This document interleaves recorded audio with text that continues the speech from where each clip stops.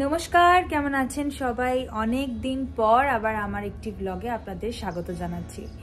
এখন আমি আছি বর্তমানে কলকাতায়। ছোট্ট করে একটু বলে দিই কেন কলকাতায়, কি বৃত্তান্ত। আমার শ্বশুরবাড়ি হলো শিলিগুড়ি আর আমার বাবা মার বাড়ি হলো কলকাতা। তো আমার কি হয়, 3-4 মাস শিলিগুড়িতে কন্টিনিউ কাটানোর পরে যখন হঠাৎ খুব মনটা খারাপ করে, তখন আবার আমি কলকাতায় চলে আসি এবং এখানে এসেও আমি প্রায় 1 মাস মতো থাকি। যেহেতু আমার সেরকম কোনো আর্জেন্সি নেই, তো এখনো পর্যন্ত আমি এখানে বেশ দীর্ঘদিন থাকতে পারি। এখন বাজে বেলা 2:30, আমি এখনো স্নান করিনি। সকালবেলা তাড়াতাড়ি উঠেছি, এক্সারসাইজ করেছি, ব্রেকফাস্টও করেছি। তারপর ওই যে চায়ের কাপটা হাতে নিয়ে মা বাবার সাথে গল্প করতে বসলাম। মানে ওটাই চলতে থাকলো, তো চলতেই থাকলো।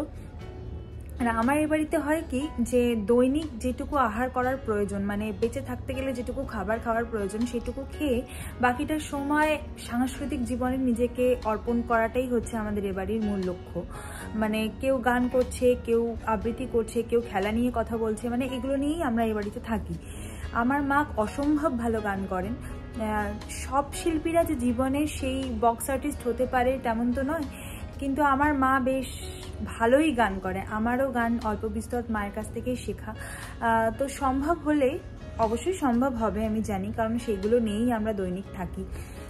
তো মায়ের গান অবশ্যই আপনাদের সাথে আমি শেয়ার করব। তো এখন যাই, আগে স্নানটা সারি। সন্ধেবেলা অবশ্যই একটা জায়গায় যাওয়ার আছে, যদিও সেখানকার ব্লগ আমি একেবারেই করার আমার রুচি নেই, কেননা ওটা আমাদের পরিবারেরই একজন সদস্য গত বছর মানে আমাদের সবাইকে ছেড়ে চলে গেছিলেন, অত্যন্ত কাছের একজন, আমার মায়ের মামা আর কি, কিন্তু আমার মামা দাদু হন।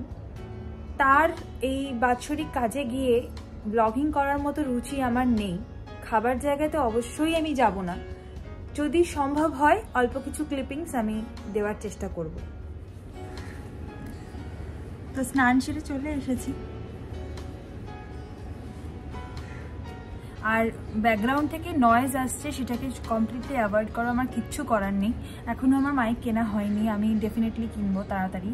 স্নান সেরে উঠে আমি যে প্রোডাক্টগুলো ইউজ করি, মানে বলতে পারো যে যেভাবে স্কিন কেয়ার করি আর কি, সেটাই তোমাদের সাথে শেয়ার করব। ফার্স্ট অফ অল তো বলে রাখি, আমার বডি ওডর বন্ধ করার জন্য আমি ডেফিনেটলি এই প্রোডাক্টটা ইউজ করি। রেক্সোনা ভীষণ ভালো। বডি স্প্রে ইউজ না করে আমার মনে হয় আন্ডারআর্ম রোলার ইউজ করলে সেটা অনেক বেশি এফেক্টিভ হয়। অনেক কষ্ট করে শখ করে এই প্রোডাক্টটা কিনেছিলাম ক্লিনিক। এটা আর কেনার পয়সা আমার নেই, প্রচুর দাম।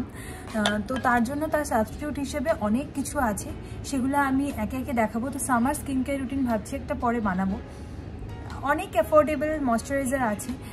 সবসময় যেটা দাম দিয়ে প্রোডাক্ট কিনলেই যে সেটা এফেক্টিভ হয়, কখনোই না। আমি বহু ঠকেছি। আগে না বিউটি ব্লগারদের ভিডিও দেখে দেখে অনেক প্রোডাক্ট কিনতাম, কিন্তু এখন দেখছি যে দাম প্রচুর নিচ্ছে, কাজ সেই 500 টাকার প্রোডাক্টের মতোই করছে। তার থেকে আমার মনে হয় যেটা কম দামের মধ্যে, যেটাতে আমার স্কিন ভালো থাকবে, সেটা করাটাই বেটার। আর এখন ইউজ করছি অর্ডিনারির এই হাইলুরনিক অ্যাসিড সেরামটা। এটা ভীষণই ভালো যাদের, মানে এটা না কোনো স্কিন বেসে ইউজ, আমার শেষই হয়ে গেছে ইউজ করতে করতে।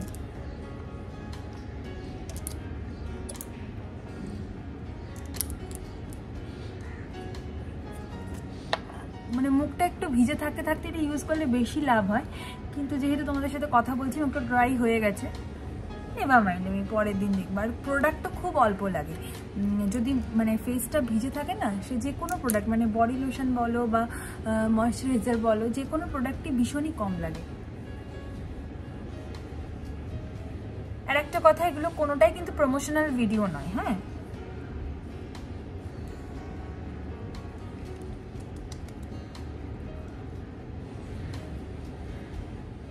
এই প্রোডাক্টটা, আর একটা প্রোডাক্ট আছে দেখো, এটা আমি এভাবেই রেখেছি, মানে ইউজ করতে না রীতিমতো গায়ে লাগে। আমার আঙুলটা দেখছো তো, এই আঙুলের থেকেও ছোট।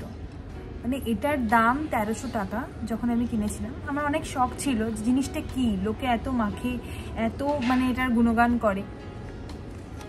হ্যাঁ, ডেফিনেটলি ভালো, মানে এটা ইউজ করার পরের দিন ফেসটা বেশ ভালোই গ্লো করে। কিন্তু সত্যি কথা বলতে 1300 টাকা ইনভেস্ট করে 7-Eleven একটা প্রোডাক্ট কেনার মতো ক্ষমতা আমার নেই। একবারই শখ করে কিনেছি, আর ডেফিনেটলি আর পরের বার আর কিনছি না।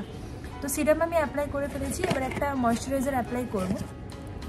আমার স্কিনের জন্য যে ময়শ্চারাইজারটা খুব এফেক্টিভ হয়, যে সেরামাইড বেস কোনো ময়শ্চারাইজার, হ্যাঁ এই অর্ডিনারির এই ময়শ্চারাইজারটা ভালো, খারাপ না, তবে এর থেকেও অনেক ভালো ভালো ময়শ্চারাইজার আছে। আমি এই বছর মানে এইবারে এইটা ট্রাই করলাম, খারাপ লাগেনি তবে খুব ভালোও লাগেনি।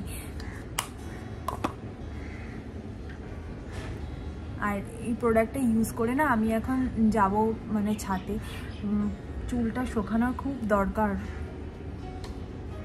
কারণ অলরেডি দেখো এখন 3টে বাজে, আমার স্নান করতে একটু সময়ই লাগে। আর আলাদা করে কিছু লিপ বাম অ্যাপ্লাই করলাম না, একটু পরেই তো লাঞ্চ করতে হবে। আর যেটা আজকে দেখো সব থেকে বেশি ভুল হয়েছে, যে এত গল্পে মত্ত ছিলাম আমরা সবাই, জলটুকু যে খাবো সেটুকু সময় আমি পাইনি, এক ফোঁটা জল খাইনি। সেই সকালবেলা উঠে যে জল খাই আমি সেটাই খেয়েছি, তারপর থেকে আর একটুকু জল টল খাওয়ার সময় পাইনি না, এগুলো গাফিলতি আর কি।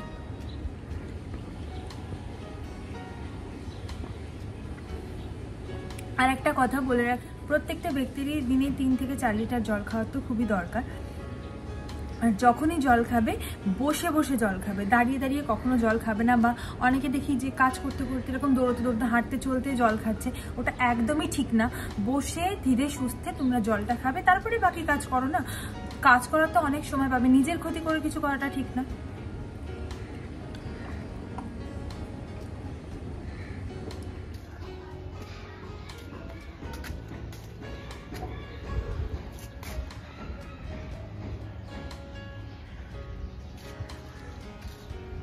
এগুলো সবই আমার জেঠিমার লাগানো গাছ, এই দেখুন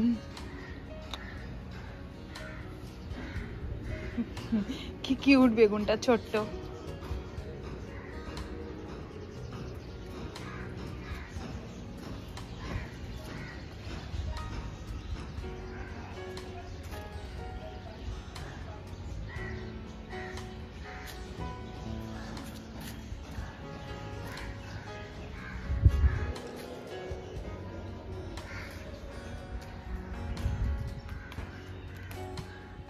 আমাদের উত্তর কলকাতার পুরনো বাড়ি তো, তাই ছাদগুলো এরকম।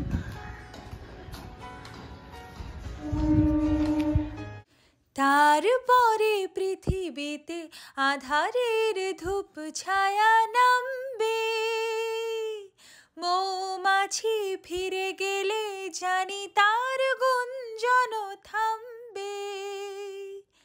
সে আধার নামুক না, গুঞ্জন থামুক না, কানে তবু রবে তার রেশতো, বেশতো বেশতো।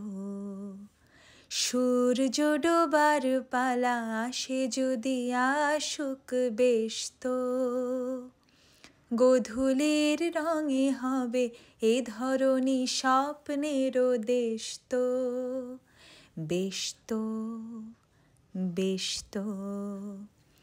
সূর্য ডোবার পালা আসে যদি আসুক বেশতো, গোধূলির রঙে হবে ধরনী স্বপ্নেরও দেশতো, বেশতো বেশতো।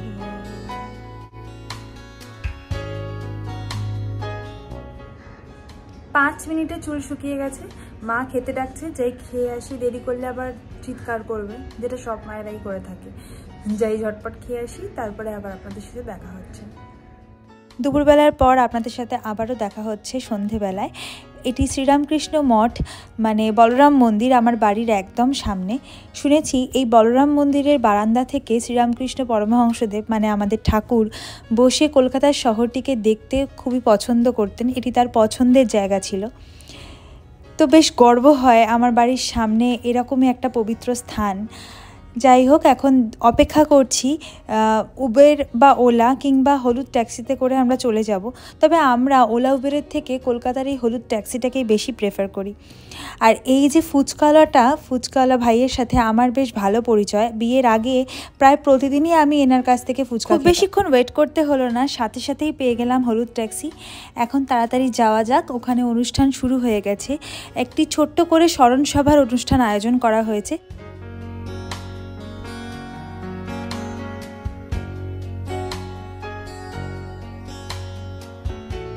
এইসব রাস্তা দিয়ে যাওয়ার সময় পুরনো দিনের কথা খুব মনে পড়ে।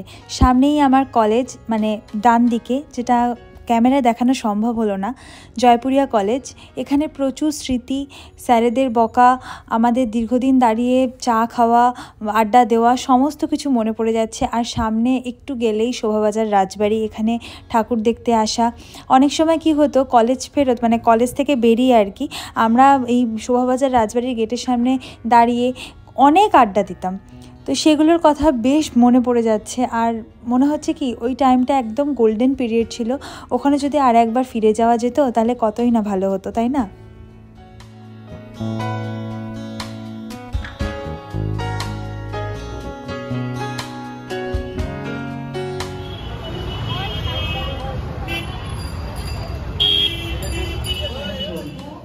খুব ভালো লাগে বলতে, কেন গর্ববোধ করি তাকে নিয়ে। এবং শুধু তাই নয়, তার আজকে যে গৌরী শঙ্কর চট্টোপাধ্যায়ের নামটি, সেটাও কাজী নজরুল ইসলামেরই দেওয়া, এটাতেও গর্ববোধ করি। আমার মা মাসিদের নাম তারই দেওয়া, আর এক মামা, ছোট মামা, তার নামও কালীকিঙ্কর, সেটাও কাজী নজরুল ইসলামের দেওয়া। অতএব আমার মামার বাড়ি সম্পূর্ণ কাজী নজরুল ইসলামকে ঘিরেই রয়েছে। হ্যাঁ, এটা আমাদের একটা গর্বের স্থান। তাই আজকে একটা ছোট্ট করে পাগলের একটা গান গাই। পাগল মানে বলতে গেলে ভবা পাগলার কথা বলছি। তো উনি বলছেন, বাড়ি বাড়ি আর আশা হবে না, এই মানব জনমে তো আর পাবে না, বাড়ি বাড়ি আর আশা হবে না। ঠিকই তো, বারে বারে আর আশা হবে না। তাই প্রত্যেকটা মুহূর্ত ভালোভাবে বাঁচা উচিত। আমি ওখান থেকে বেরিয়ে একটা দোকান পেলাম, সেখান থেকে একটু আইসক্রিম কিনে এখন অটোতে উঠে পড়েছি। সামনেই পেলাম আর রিজার্ভ করে নিলাম। তবে বেশ ভালো লাগছে, মানে মহানগরীর রাস্তা একদম ফাঁকা, আর তার মাঝখান দিয়ে যাচ্ছে আমাদের টোটো, শা শা করে দৌড়চ্ছে। একটা গান মনে পড়ে যাচ্ছে, কলকাতা তুমিও ভেবে দেখো কলকাতা,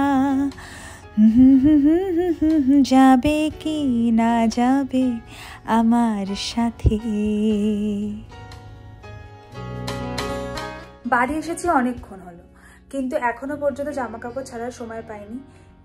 দিদি, জেঠিমা সবার সাথে গল্প করছিলাম। ওই আসার পরে জিজ্ঞাসা করছিল ওখানকার কথা, বিভিন্ন রকম কথা আলোচনা হচ্ছিল। তো এখনো পর্যন্ত ড্রেসটা চেঞ্জ করিনি। আর এইখানে এই যে পুতুলটা দেখছেন, এগুলো সব আমার ছোটোবেলাকার সাথী। এগুলো অনেক স্মৃতি জড়িয়ে আছে। যাই হোক, আগে ড্রেসটা চেঞ্জ করে নিই। ভিডিওটা আর বেশি বাড়ালাম না, যতটুকু থাকে থাক। আরও অনেক কিছু এক্সাইটিং পরের ভিডিওতে নিয়ে আসবো, যদি হাসাবি না দেখ। এই ভিডিওটা আমি এখানেই শেষ করছি, বেশি লম্বা আর করব না, কারণ এরপরে আবার কালকে সকাল থেকে নতুন ব্লগ শুরু করতে হবে। নাহলে এটা যদি টেনে নিয়ে যাই তাহলে অনেক বেশি লম্বা হয়ে যাবে। তাই এখানেই ব্লগটা আমি এন্ড করছি। আমার ব্লগে যদি আপনাদের কিছু ভালো লেগে থাকে তাহলে প্লিজ লাইক, শেয়ার, কমেন্ট করতে ভুলবেন না। আর ততক্ষণের জন্য পজিটিভ থাকবেন। টাটা, বাই বাই, দেখা হচ্ছে পরের ব্লগে।